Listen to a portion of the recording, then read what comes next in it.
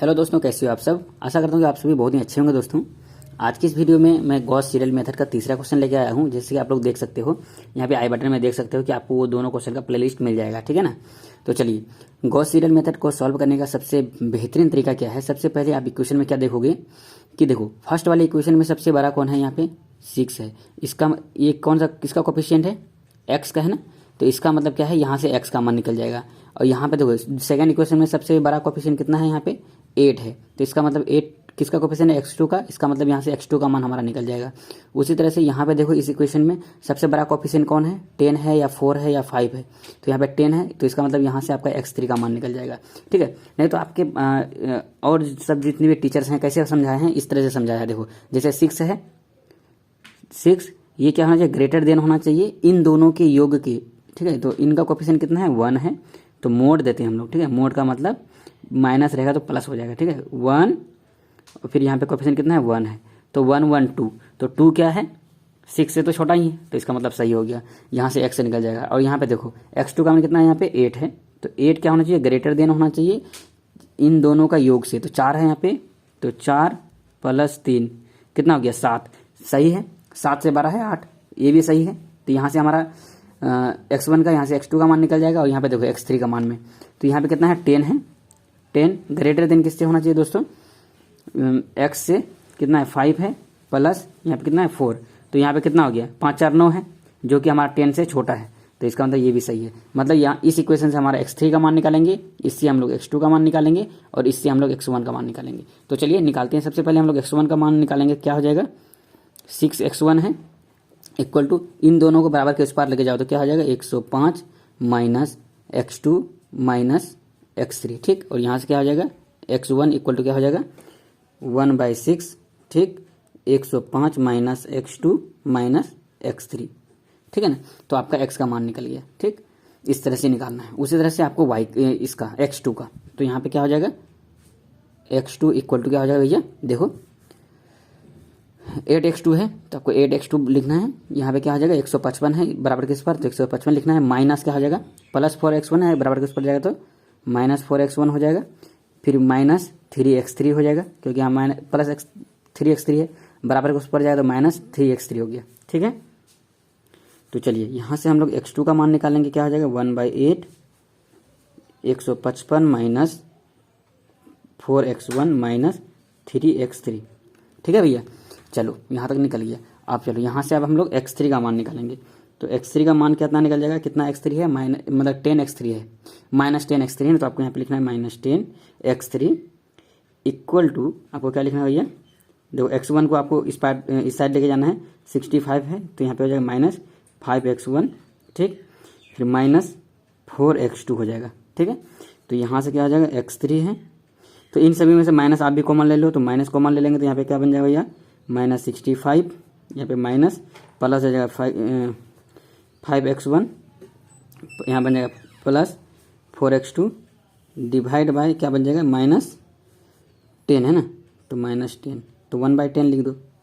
तो माइनस से minus cancel होगा, तो आपके पास क्या बन गया, 1/10 minus 65 plus 5x1 plus 4x2, ठीक। तो चलिए भैया हम लोग क्या करेंगे, x1 x2 और x3 का मान एक ही जगह लिख लेते हैं, इससे हमको देखने में भी सुंदर लगेगा, ठीक। तो देखो x1 इक्वल टू क्या हो गया, 1/6 105 माइनस x2 माइनस x3, यही है। और x2 का मान कितना है हमारे पास, 1/8 155 माइनस 4x1 माइनस 3x3, यही है।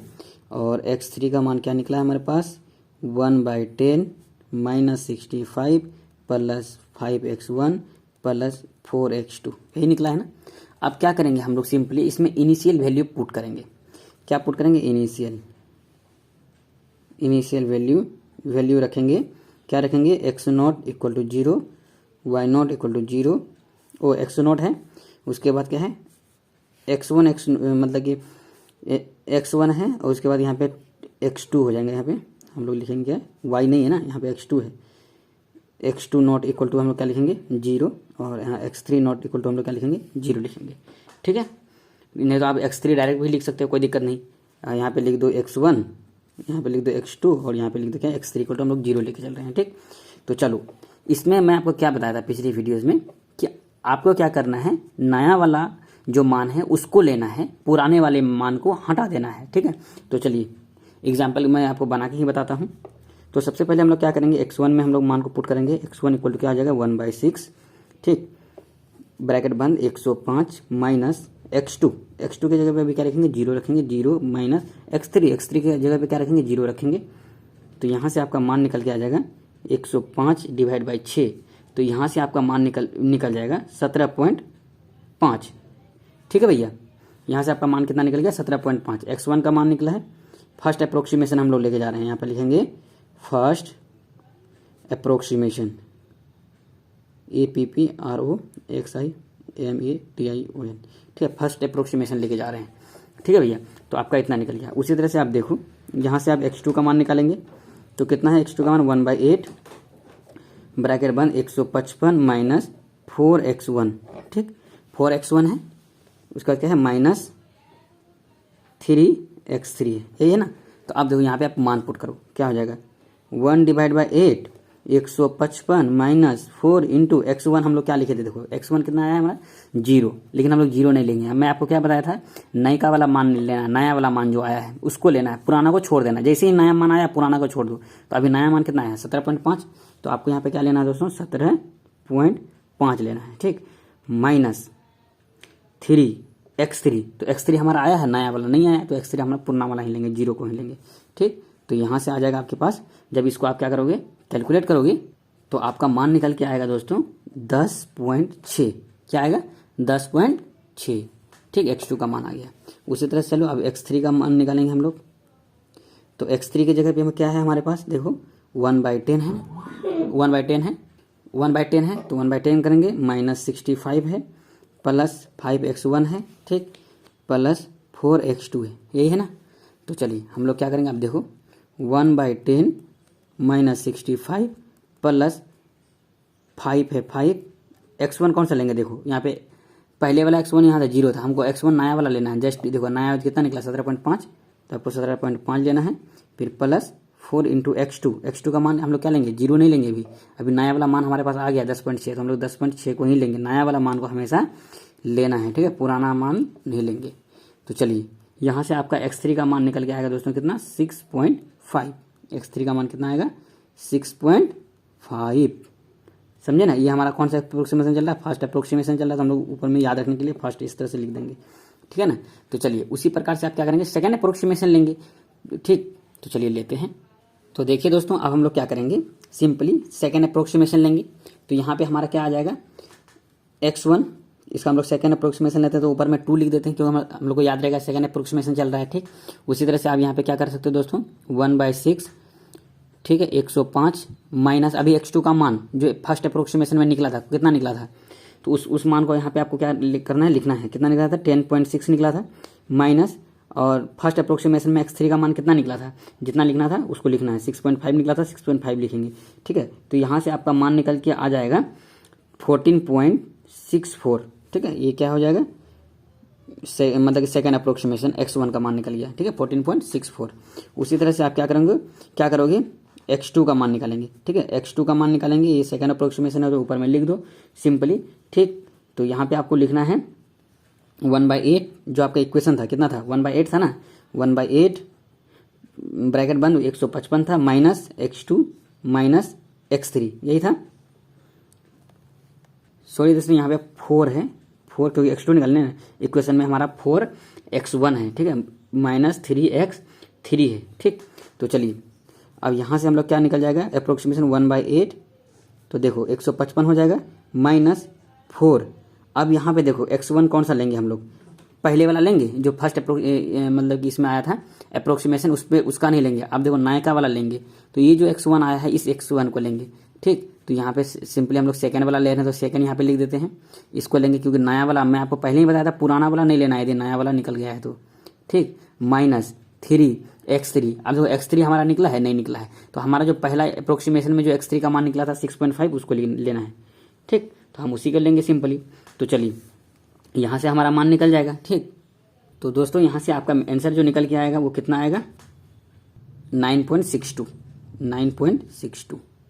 ठीक। ये क्या निकल गया सेकेंड x2 का मान निकला है सेकेंड अप्रोक्सीमेशन में, ठीक। तो चलिए उसी तरह से आप निकालेंगे क्या, x3 का मान निकालेंगे, यही निकालेंगे ना, x3 का मान निकालेंगे सेकेंड अप्रोक्सीमेशन का। ठीक, तो यहाँ पे x3 का हमारा इक्वेशन क्या था, वो था 1/10, यही था ना, -65 प्लस 5x1 प्लस 4x2, यही था। तो चलिए भैया, तो अब देखो हम लोग x1 का जो मान लेंगे, कौन सा x1 का मान लेंगे, अभी वाला जो आया है, तो कौन सा आया है, ये वाला आया है, यहाँ पे 2 लिख दो सेकेंड अप्रोक्सीमेशन का, और x1 का। ठीक, x2 का कौन सा मान लेंगे हम लोग, ये वाला मान लेंगे, x2 वाला, ये सेकेंड अप्रोक्सीमेशन वाला, यही लेंगे ना, क्योंकि पिछले वाला थोड़ा लेने जाएंगे, बस जस्ट अभी जो आया है उसके सामने वाला ले लो। ठीक, तो चलिए मान पुट करो भैया, क्या हो जाएगा, 1/10 -65 प्लस 5 इंटू x1 कितना है 14.64 प्लस 4 इंटू x2 का स्क्वायर कितना है 9.62। ठीक, तो यहाँ से हमारा दोस्तों मान कितना निकल के आ जाएगा, वो आ जाएगा हमारे पास 4.67। ठीक, तो देखो ये हमारा x3 का मान निकल गया। तो दोस्तों हम लोगों को तब तक निकालना है जब तक कि हमारा जो, जैसे कि हम लोग 5th अप्रोक्सीमेशन तक निकाले, तो हमारा 4th अप्रोक्सीमेशन और 5th अप्रोक्सीमेशन का जो मान निकल रहा है वो हमारा क्या होना चाहिए, बराबर होना चाहिए। ठीक है, तो चलिए अब हम लोग क्या करेंगे, 3rd अप्रोक्सीमेशन निकालते हैं। तो मैं डायरेक्ट ही निकाल के मैं दिखा देता हूँ दोस्तों, ठीक है, नहीं तो इसे बहुत टाइम लग जाता है आप लोगों का। तो दोस्तों देखिए यहाँ पे मैं आपको यहाँ पे निकाल के दे रहा हूँ डायरेक्ट ही 3rd अप्रोक्सीमेशन, फिर इसी प्रकार से निकाला 1/6 105 माइनस जो हमारा इक्वेशन था उसमें हम लोग x का मान y का मान जो भी हमारा था x2 और x3 का मान हम लोग पुट किए, तो यहाँ पे निकल गया। उसी तरह से x2 का मान निकाले, x3 का मान निकाले। ठीक, उसी तरह से आप देख सकते हो 4th अप्रोक्सीमेशन भी हम लोग यहाँ पे निकाल चुके हैं। तो आप देख सकते हो दोस्तों 3rd अप्रोक्सीमेशन और 4th अप्रोक्सीमेशन को आप कुछ मिला हो, यहाँ पे कुछ मिल रहा होगा। तो देखो x1 का मान 3rd अप्रोक्सीमेशन में 15.12 निकला है, और यहाँ पे कितना निकला है, पूरा 15 निकला है। और यहाँ पे x2 का मान कितना निकला, 10.07, और यहाँ पे x2 का मान कितना निकला है 10.3, और यहाँ पे x3 का मान कितना निकला है 5.088, और यहाँ पे निकला है x3 का मान 5.020।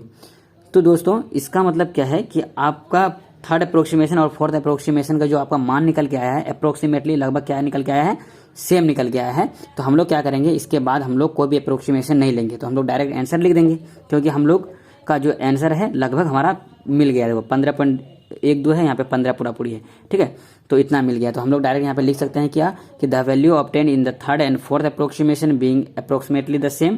तो इसलिए हम लोग क्या लिखेंगे, x1 = 15, x2 = 10 और x3 = 5। हमारा क्या हो जाएगा दोस्तों, आंसर हो जाएगा।